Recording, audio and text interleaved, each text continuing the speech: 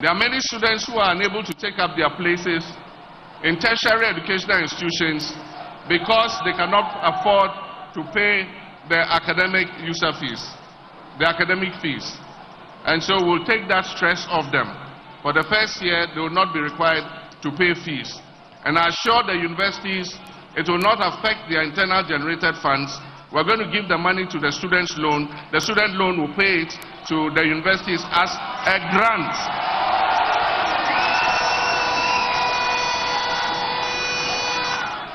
It will be paid as a grant, not as a loan.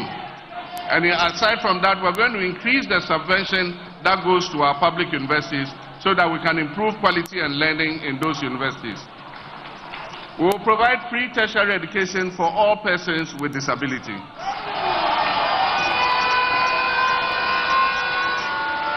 And we will provide free sanitary pads for girls in school.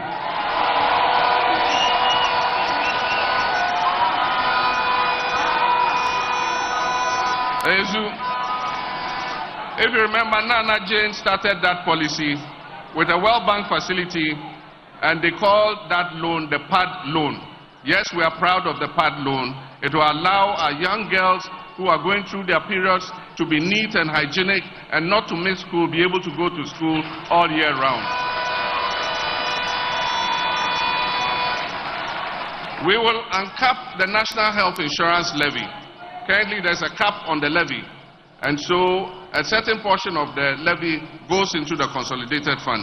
And so the Health Insurance Authority is not able to pay the health facilities, reimburse them for the services that they provide. We will uncap the health insurance so that all the National Health Insurance levy will go into the National Health Insurance Fund so that they can pay the hospitals for looking after our people. And of course, this is associated with it. We'll reprioritize the health sector by ensuring timely releases of payment to service providers. We established the Ghana Medical Care Trust, into brackets, somebody calls it MahamaCares, to support persons with chronic diseases such as kidney failure, cancer, sickle cell, diabetes, hypertension, and other health-related diseases.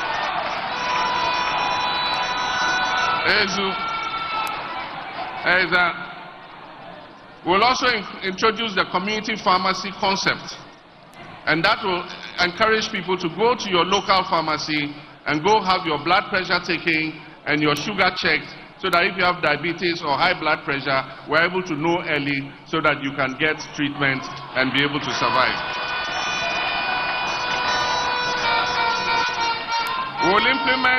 We'll implement free primary health care services. So if you go to a CHIPS compound or a health center, whether you have a national health insurance card or not, you will be treated for free.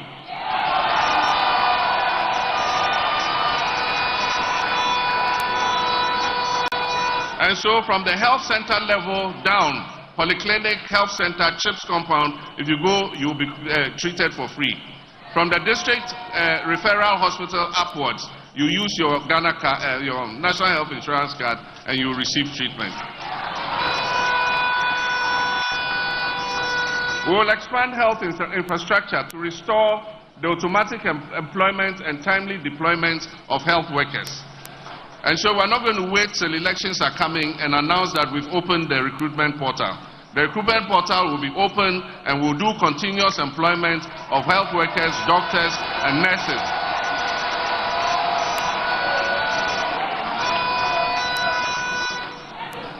We need a first-class children's hospital in Ghana. The existing children's hospital has outlived its usefulness.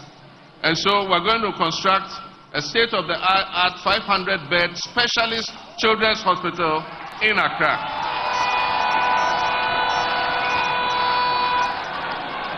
And so children who have sicknesses that cannot be handled in other parts of the country will come to Accra. There will be specialist pediatricians there to give them the care they deserve. Of course, we will expand, we'll construct a state-of-the-art, I've said that one.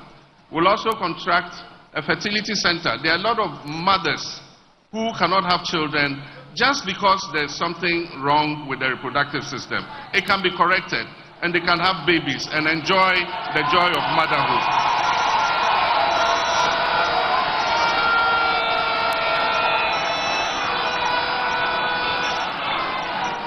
But currently, the prices that the private fertility hospitals charge are out of the range of most mothers. And so government will step in. We'll build a fertility center where mothers who want children can come for consultation, and they will be given the treatment so that they also can enjoy the joy of motherhood. I'll go quickly. We'll expand the facilities at the whole teaching hospital in order that it can provide specialist services and also be a quaternary hospital to serve the University of Health and Allied Sciences.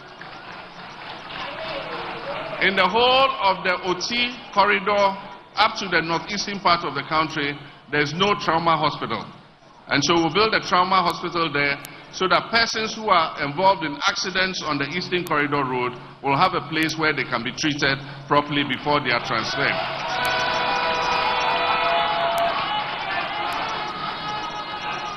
We'll establish modern dialysis centers in hospitals in regions that don't have them. Currently, most of Upper West, my own hometown, Bole, and other places, if you have a kidney ailment, the only place you can go for treatment is in Kumasi. And you have to go with your wife, your family, you have to find a place to stay. It is a burden. And so we want to make sure that every region has a modern dialysis center so that we can ease the burden on persons with kidney ailments. We will build modern hospitals in Boko, Yendi, and other underserved areas. Ladies and gentlemen, this is the 24-hour.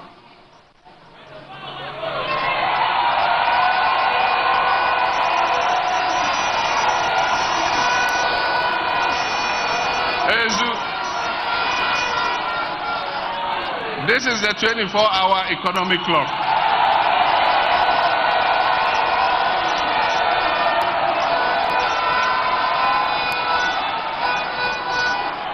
One job, 3 shifts, 3 people. 1, 3, 3.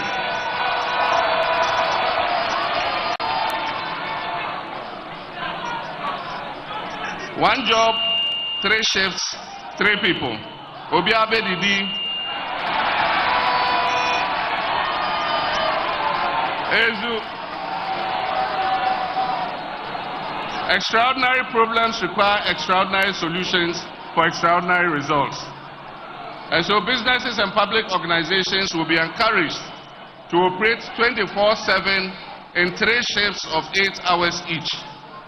This will boost production, it will increase employment and provide well-paying jobs. It will transform Ghana into an import substitution and export-led country. It will increase employment opportunities and revenue, and it will enhance access to public services. We will focus on some selected public institutions that have huge customer traffic. For instance, the ports and harbors should be open 24/7. That means we have to employ more workers at the port. We have to employ more customs officers, more Gapoha workers, more forklift operators and all that. We need customs. Customs should work 24/7, 3 shifts, so that at any time your items come, customs at any time of the day is open for business. You can go and process your import things, papers, and take your things out of the port. We must have a passport office that is operating longer than 8 hours, so that people who need passports and other such documentation can have access to it. We must have a DVLA that is working more shifts than 1 shift, so that more people can get their licenses processed in a shorter time than the current waiting time. In the private sector, the sectors that we are looking to promote and encourage to run 24/7 and 3 shifts First, the agro-processing sector. That is those who will process our cassava into cassava starch, cassava flour, gari, and all that. There's a huge market in Africa for all these products and in other parts of the world. Manufacturing, that is industry.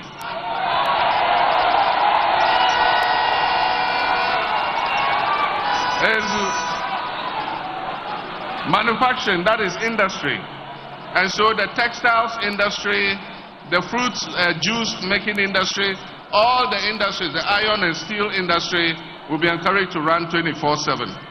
The pharmaceutical sector, we want Ghana to be the pharmaceutical hub of the whole of Africa, so that we'll produce medicines here and export them to all other African countries. Construction sites, we want our construction companies to work 24/7 all year, all hours round, so that they can deliver our infrastructure faster than they currently do. Financial services, the same. Sanitation and garbage collection. It is better to collect garbage, bola, in the night, rather than collect the bola and be competing with cars in the daytime when we have rush hour traffic. Extractive industries, the mines, mining bauxite, mining gold, mining manganese, lithium, they must work 24/7, 3 shifts every day. Hospitality industry, our restaurants, our discotheques, our nightclubs, our hotels, 24/7, 24 hours a day. Retail centers, all the malls, there's no reason why you should start. People can come in the nighttime and buy items, so they should work longer than 8 hours. Transportation services, there should be buses running 24 hours so that people who have to go to their jobs can be able to get a bus to go to their jobs. Security services, we need safety and security to be able to implement the 24-hour economy. And so we need more police officers, we need more soldiers, we need more prisons officers, more fire service officers, more customs, more immigration.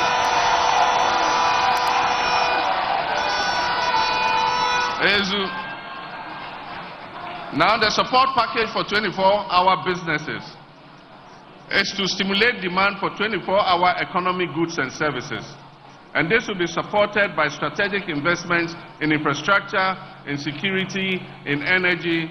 We'll have public and private security architecture, cheaper and reliable electricity, that is the time of use tariff. So in the night when we're not using much of the power and it's going to waste, we can supply it to the 24-hour economy enclave at cheaper rates than we currently charge. Tax incentives to companies that will sign up for the 24-hour economy, they'll be given tax incentives so they pay lower taxes so they can reinvest what they have saved back into increasing their production.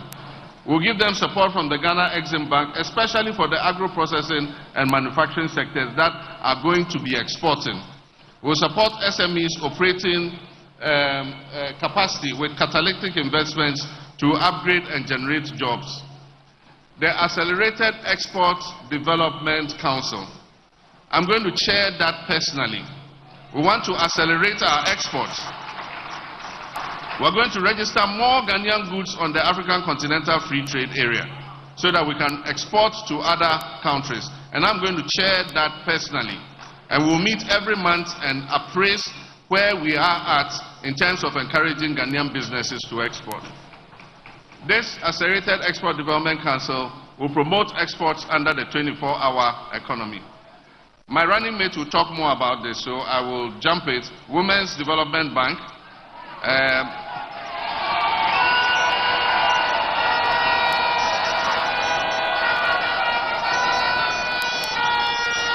It will give low interest loans, particularly to women's businesses. She'll talk more about it, so let's jump in.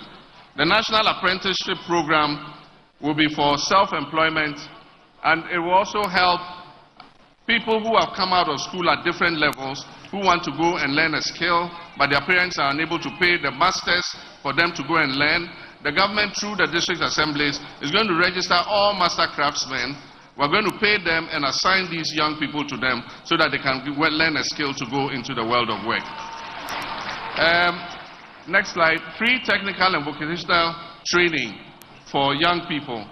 The time for grammar school education has passed. The time where you were judged by the long grammar you could speak has passed. We now need more technicians, more mechanics, more plumbers, more artisans. And so we're going to shift our focus from grammar school and build more technical and vocational educational schools so that our children who leave free SHS, who leave JHS and are unable to continue, can go and train as apprentices and be graduated with certificates. We'll provide them with startup capital to be able to start their own small businesses. We'll also use NVTI to train and test them so that they can get their certificates to enter the world of work. We have what we call the Jumara program. And this is the entrepreneurial program. Nobody says you must finish school and become an employee. You can finish school and become an employer and employ employees. And so every year we want to target 10,000 youth entrepreneurs to set up their own businesses. We'll mentor them, we'll monitor them, we'll supervise them until they're able to stand on their own feet. And they will employ their colleagues instead of becoming employees. Business development. We exempt new and small businesses, that is small and medium enterprises, new and small businesses that are registered, and personal income tax of those businesses from the first 2 years after they are incorporated. So if you are a young person under this program and you set up your business, for 2 years you won't pay any corporate income tax. You start paying after 2 years. Because we want the business to be able to get a grounding and be able to stand on its feet before they start paying taxes. We'll review the Customs Amendment Act to scrap the ban on salvage vehicles. Not everybody can afford a new vehicle. And so their vehicles in good shape, they must have had a small accident. We have young people in the magazine who are repairing these vehicles. If we say we're banning these vehicles, we're throwing those young people out of work. And so we allow salvage vehicles to come in so that other people can buy vehicles at affordable rates. And if we do this, it will save the local automotive industry. And so the Swami magazine, the Kokompes, the Abosokais will continue to do their business even as we set up an automobile industry. We'll support the redevelopment of Kokompe, Abosokai, and all those magazines so that it creates a more congenial environment for people to come and do business. We'll implement a Made in Ghana agenda for the production and consumption of Made in Ghana goods. Government is going to use its budget to buy Made in Ghana goods first. It's only when you can't get that good that you'll be allowed to buy a foreign product. If the good is produced in Ghana, you must buy it first. And so we're going to use government's financial muscle to encourage local production of goods and services. If you are a foreign industry and you want us to buy your goods, come and establish the factory here and produce what you want us to buy here.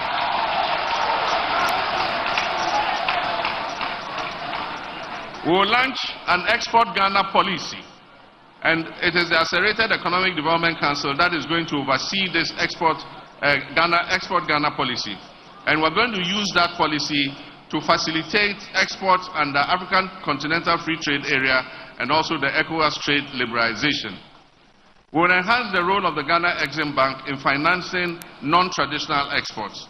We'll readjust their focus so that they are putting money into industries that are exporting products, so that we can give them capital at a cheaper rate. Money yo, am I right? A money yo pension scheme. We'll introduce an money yo pension scheme so that persons in the informal sector who want to put something aside for their pension and their retirement can put 10 Ghana Cedis a day, 5 Ghana Cedis a week, 50 Ghana Cedis a week. They will keep paying it so that when it gets to their turn for retirement, they have some money that they can rely on. We'll also, this pension scheme will cover commercial drivers and my dear Okada riders. They will also be part of the pension scheme.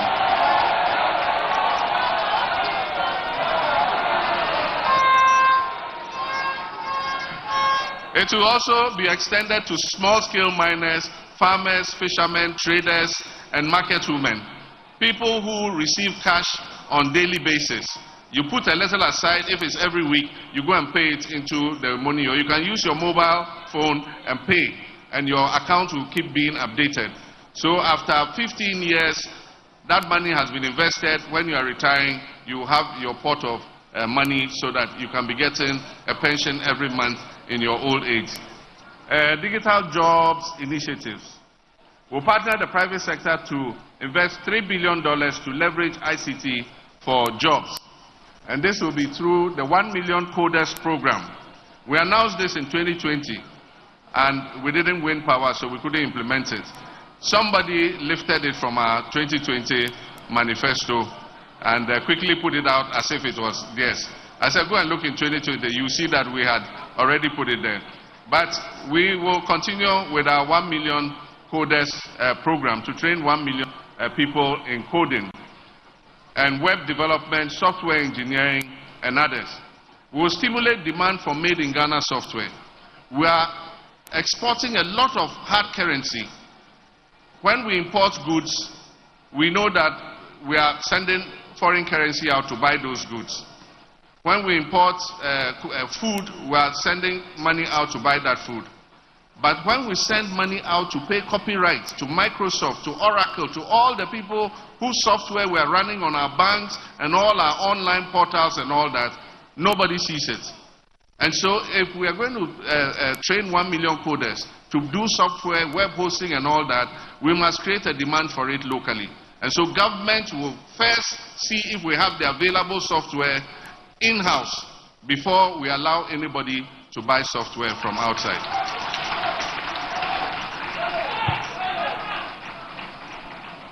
And so we exchange payments for subscriptions to overseas vendors.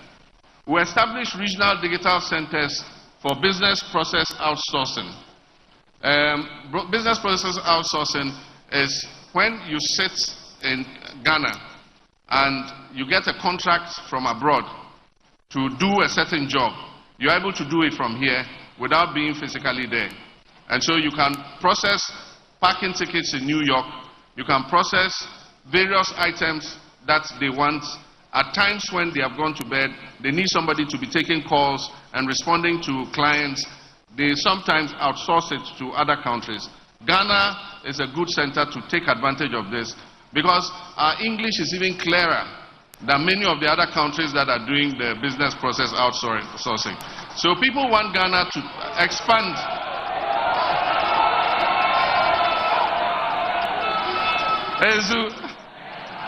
Invest 50 million in a fintech growth fund to promote digital entrepreneurs. I announced this long ago when I met the fintech entrepreneurs. Set up zonal ICT parks to make Ghana the innovation, artificial intelligence, and cyber security center of Africa. Redevelop the Dawa ICT park into a world center of excellence. Ghana's first flagship program for jobs. We'll work with the private sector to make Ghana the hub for pharmaceutical production. I've announced this already. We want our pharmaceutical industry to export drugs to all other African countries and other places. We'll develop an integrated aluminum industry for industrialization. We'll invest in the production of plastics, fertilizers, and other synthetic materials here. Expansion of the automotive and vehicle assembly sector. With this one, government is going, if we budget to buy vehicles, we're going to buy vehicles that have been assembled in Ghana. We will not buy vehicles from outside and bring them in. So all those who have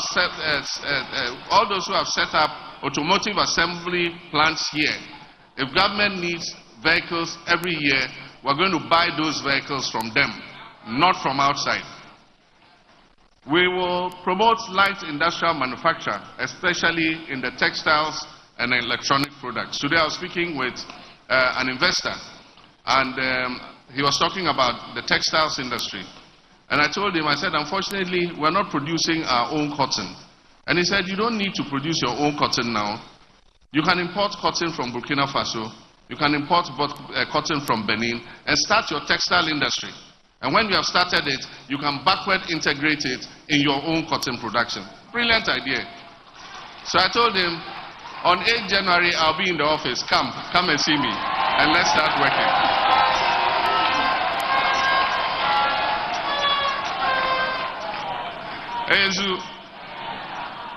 And so we'll revamp the textile and cotton and allied industries. We'll set up agro-industrial zones in all regions. I've said this already. We'll get a site in every region. Government will clear the site. We'll develop the site. We'll bring water, electricity to the site. And any private sector developer who wants to produce to buy agro products and process can come and get a land within the agro processing zone and start his business, so that he doesn't have to go. And quarrel with families. They'll sell him land. Another person will come. No, the land was not for this one. Government will secure the land so that they can easily set up their businesses. Establish mini processing plants for cassava, tomatoes, fruits. Set up cashew processing factories in Bono East and Ahafo, where we have the most cashew. Set up ginger processing plants in OT. We look at the comparative advantage of every region, and we will set up the plants that suit that region. We're not doing one district, one factory. We're looking at every region's comparative advantage, and we'll put in the processing capacity that will make use of their products. Facilitate the construction of 20 medium-scale animal feed processing plants and revamp the collapsing poultry industry. One of the major inputs that goes into poultry and livestock is the feed. It is very expensive because we import a lot of it currently. If we're producing more of it, we can get a lower price for the feed. And so we'll set up 20 feed processing plants so that they can process and produce feed locally. One area is the Bono area. I know the Doma area, there's a lot of poultry. We'll give poultry cages to all the young people who want to do poultry. Exim Bank will give them assistance to produce the chicken. We'll produce cold storage facilities and processing facilities so they can process their chicken and keep it in the cold storage facilities ready for the market. Establish, it's gone. Okay. Agriculture for jobs. We want to make agriculture more attractive through modernization to ensure food security and job creation. We reduce food inflation to lower the high cost of living through our Agriculture for Economic Transformation program. We'll roll out a Feed Ghana program, which is to boost food production, guarantee food security, and supply raw materials to industry. And this is my favorite project, to establish farmers' service centers in all agricultural production areas. And in each farmer service center, there will be tractors, there will be harvesters, there will be plows, there will be harrows, there will be planters, everything you need to do modernized farming. And our farmers are going to be registered within the catchment area of the farmer service center. And at the beginning of the year, you go to your the planting season, you go to your farmer service center, they'll provide you with the services, give you the fertilizer, give you the improved seeds, plow for you, plant for you. And when you harvest and you sell your crops, you come and pay the cost of the inputs that they gave you. We'll create farm banks with agricultural zones to ease access to land and irrigation facilities for agricultural purposes and encourage young people to go into farming. We need to bring more of our land into irrigation, because you know what happened this year. There was a drought in the north and parts of Bono region. For almost 8 weeks, the rain didn't fall, and so people have lost their crops. And so we'll go more for irrigation, even if small scale, boreholes. We have the Volta River. All along the banks of the Volta River, we can develop irrigation facilities. Promoting good governance and combating corruption. Remarkably reduce the size of government to 60 ministers. No more than 60 ministers. And so there will be other things for other people to do. We all can be ministers. I know when I say 60 ministers, I say, there are people aiming to become ministers, but we all can be ministers. So we'll choose 60 ministers, but others would have other assignments that they can do. Address the benefit disparities between Article 71 holders. I've said this already. We have 2 public servants, Article 71, and then the others who are under the fair wages. And so we want to bridge the disparity between them so that all of us come under an independent emoluments committee, and our salaries and emoluments are determined from the smallest watchman to the president. We will determine our salaries and wages. A ruthless war against corruption. Operation Recover All the Loot, oral, is to prohibit political appointees and politically exposed persons, not only political appointees and politically exposed persons, and all serving public officials from purchasing state assets. So it's not only me who cannot buy a state asset, my wife Lodina cannot buy a state asset, my son Sharaf or Shahid or Farida cannot buy a state asset because they are politically exposed persons.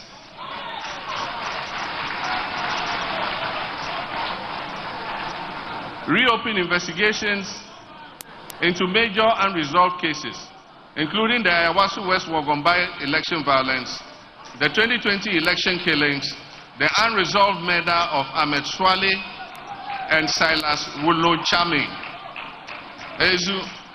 There are all these cases that occurred under this administration. They refused to investigate them. Even where they've investigated, they refused to implement the reports. They've not paid any compensation to the persons who are affected. We're going to look at all that and we'll deal with it. Dedicate equitable attention to all levels of education. Improve free SHS. Improve the quality of food for our children. Cancel the double track so that all our children can go to school at the same time. We're going to provide dedicated and sustainable source of funding for free SHS. The problem with the free SHS is it has no dedicated funding. And so it's subject to the hazards of the budget. And often the consolidated fund does not release funds, and so children go hungry because the funds have not arrived.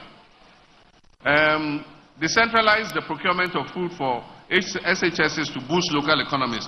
The feeding grants will go to the schools, to the headmasters and the bezzers, and they will go to the local market and buy the beans, the granules, the rice, the cassava dough, the agbelima, the meat from the local markets, so that the town in which the school is located can also benefit from that. It will also allow the headmasters to provide more nutritious foods than the current system.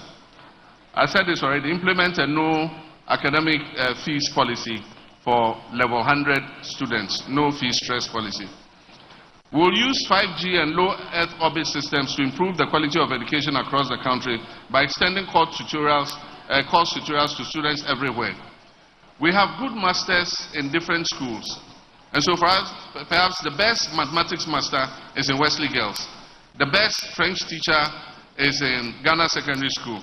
The best geography teacher is in GSTS. Ghana Education Service will select these teachers and they will be filmed teaching the course online. They will teach online. And we'll upload this course content on YouTube, and so you can go on YouTube and download what you want. If it's mathematics, you download it. If it's geography, you download it. But at the same time, it will be available on demand.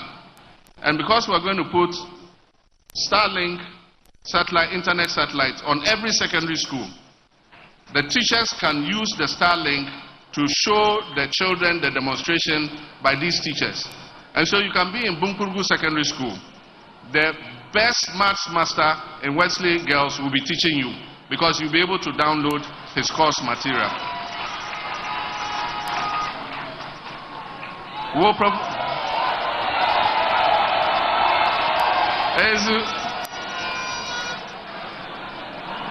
That's the Basintali boy. We'll provide free tertiary education. I've said that already. We'll provide continuing students with financial assistance.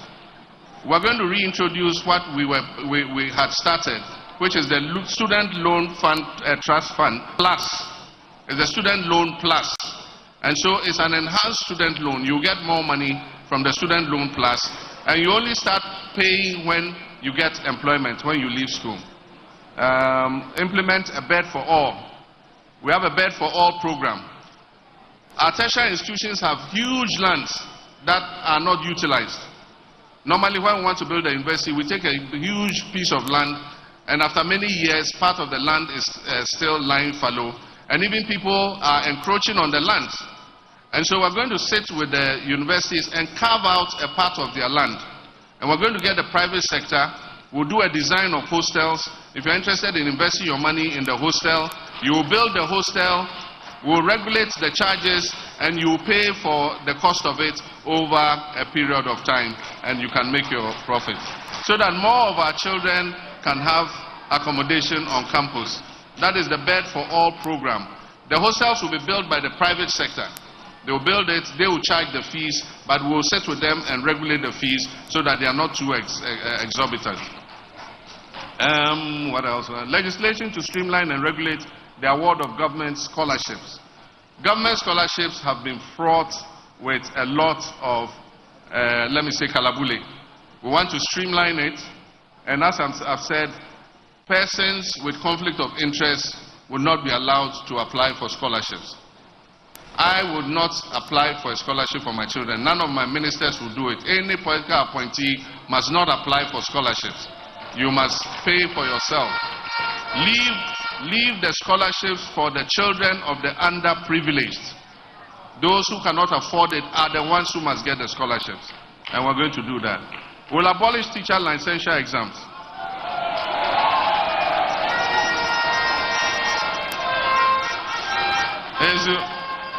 We'll abolish teacher licensure exams and integrate it into the licensing process in their final year exam.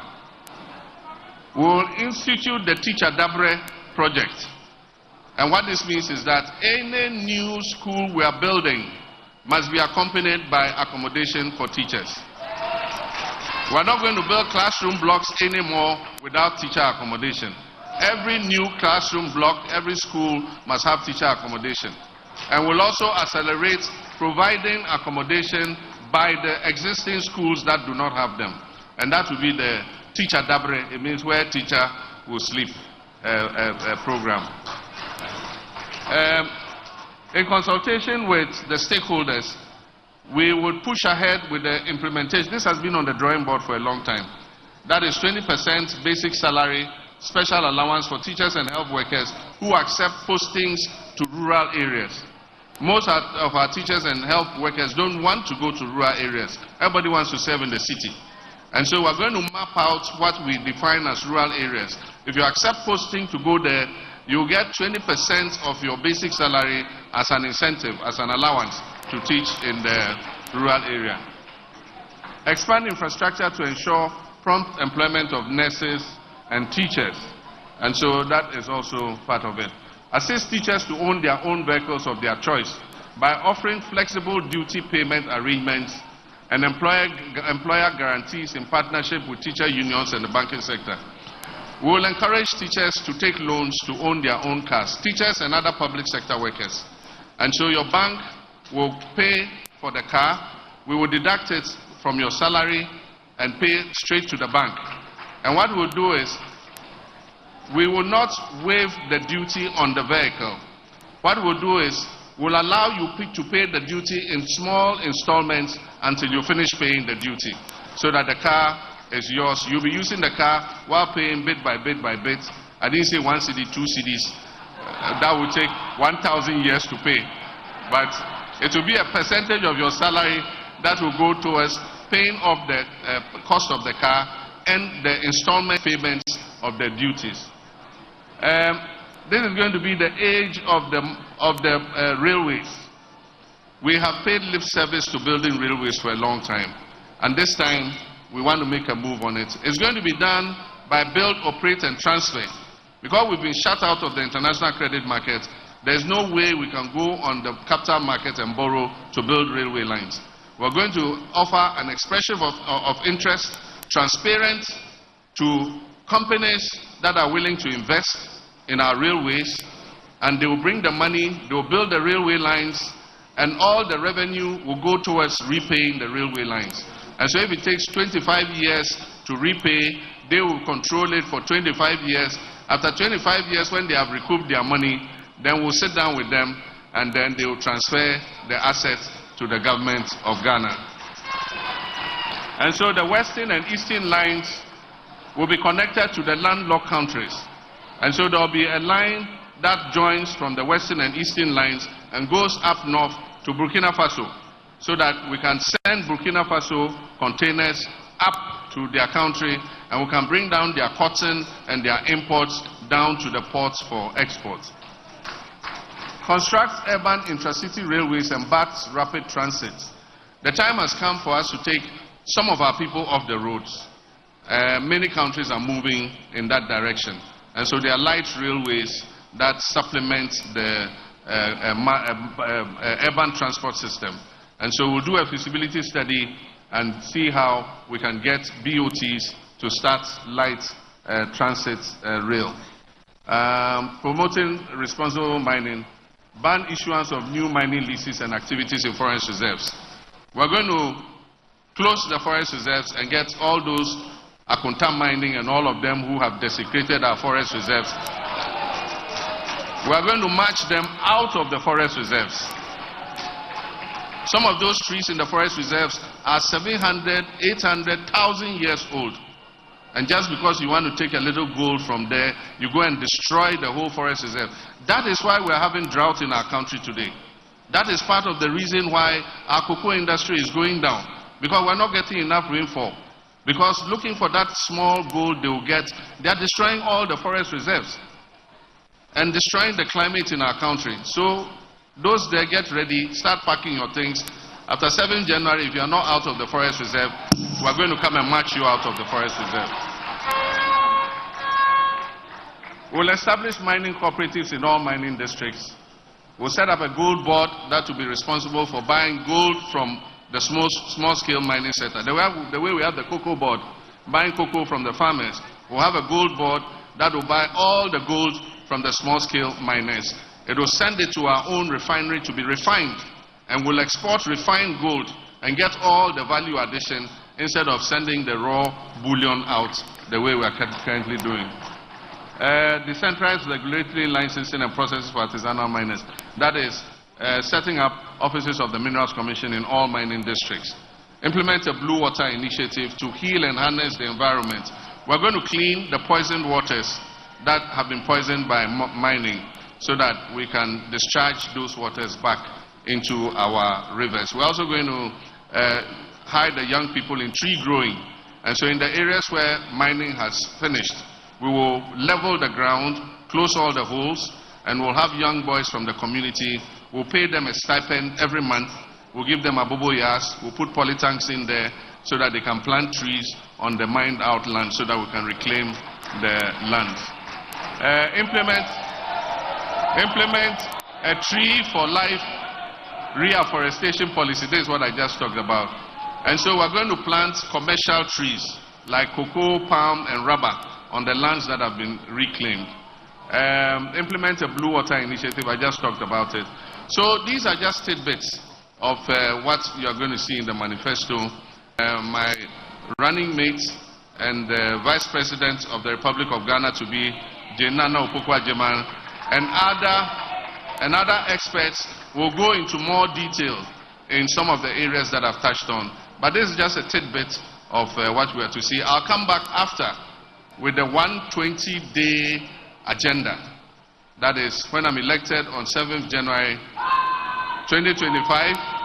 Within 120 days, I have a social contract with the people of Ghana. I'm going to tell you exactly what I'm going to do in my first 120 days. Thank you very much.